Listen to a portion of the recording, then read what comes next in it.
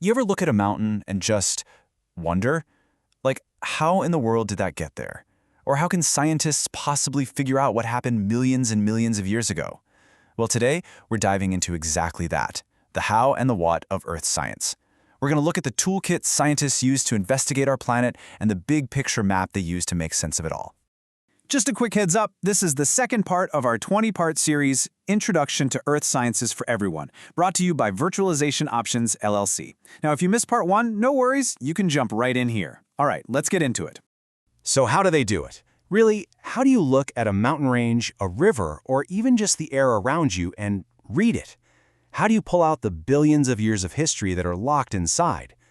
It all comes down to having the right approach. And that approach, that essential toolkit, is the scientific method. Now, don't let the name fool you. This isn't some dusty, boring formula from a textbook. It's a living, breathing process for solving the planet's absolute biggest mysteries. You know, at its heart, it's a really logical path that, honestly, anyone can follow. It starts with just noticing something, asking why it happens, and then, step by step, building an explanation that you can actually test. It's all about building that knowledge brick by logical brick. You know, probably the best way to wrap your head around this whole process is to think like a detective. Because that's really what an Earth scientist is, a detective for the planet, piecing together clues to solve the ultimate cold case, the story of Earth. Okay, so think about it. Every good detective follows a process, right? First, they find clues at the scene. Then, they identify our prime suspect. After that, they gather a ton of evidence to see if their hunch is right. And finally, they build an airtight case. The scientific method? It works exactly the same way. So, step 1 for our detective is finding clues. For a scientist, this is what we call observation. It's noticing that, hey, the rocks on the coast of South America kind of look like they fit together with the rocks in Africa. Or noticing that a certain kind of cloud almost always leads to a storm. It all starts with just paying attention. All right, once you have your clues, you identify a suspect. In the world of science, that's your hypothesis. It's basically an educated guess, a potential explanation for what you saw. Maybe those continents were actually connected once. That's a fantastic suspect. But just because you have a suspect doesn't mean the case is closed. Not even close. You need to gather evidence. And that's the testing phase. You run experiments, you collect more data, you make more observations, all to see if your hypothesis can stand up to the scrutiny. Does the new evidence point towards your suspect, or does it point away?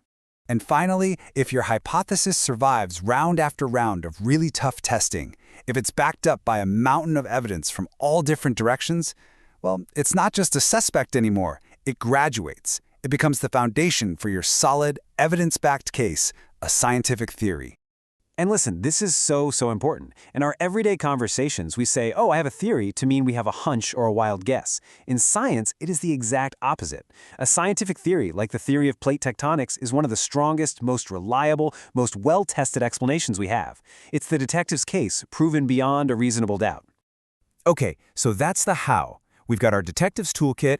Now let's look at the what, the big picture, the crime scene itself, which in our case is the entire planet. How do we even begin to organize all of that? This brings us to one of the most powerful ideas in all of Earth science. Our planet is a system. It's not just a random collection of rocks and water and air. No, it's this incredibly complex web of interconnected parts that are constantly talking to each other, constantly influencing one another. So scientists break this enormous system down into 4 main parts, or spheres. You've got the geosphere. That's all the solid stuff, you know, the rocks, the land, the planet's deep interior. Then there's the hydrosphere. That's all the water, from oceans to rivers to the ice caps. The atmosphere is the blanket of air and gases. And finally, the biosphere. That's every single living thing, from the tiniest microbe to the biggest whale. But here's the real magic, the key to the whole thing. These spheres are not separate. They're constantly interacting, trading energy and matter. The big takeaway is that nothing on Earth really happens in a vacuum. I mean, just think about it. When rain, which is part of the hydrosphere, falls on a mountain and slowly wears down the rock over thousands of years, that's the hydrosphere literally reshaping the geosphere. Or how about this one? A giant rainforest, which is part of the biosphere, breathes in massive amounts of carbon dioxide from the atmosphere. The forest is literally changing the composition of the air we all breathe. That is a powerful interaction. And sometimes these interactions are, well, they're huge, they're dramatic.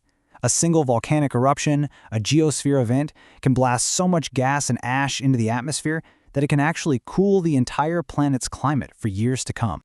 Okay, so we've got our scientific method, we have these four spheres that are always interacting, but why does this matter? Why should you or I care? Well, it turns out it matters for pretty much everything, from our day-to-day lives to the biggest challenges facing humanity. Understanding these systems is how we get better at predicting things like earthquakes and hurricanes. It's how we find and manage the resources we need to build our world. It's absolutely essential for understanding and responding to climate change, and it even guides our search for life on other planets.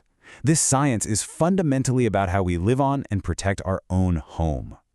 So if you remember just one thing, one big idea from our time together today, make it this.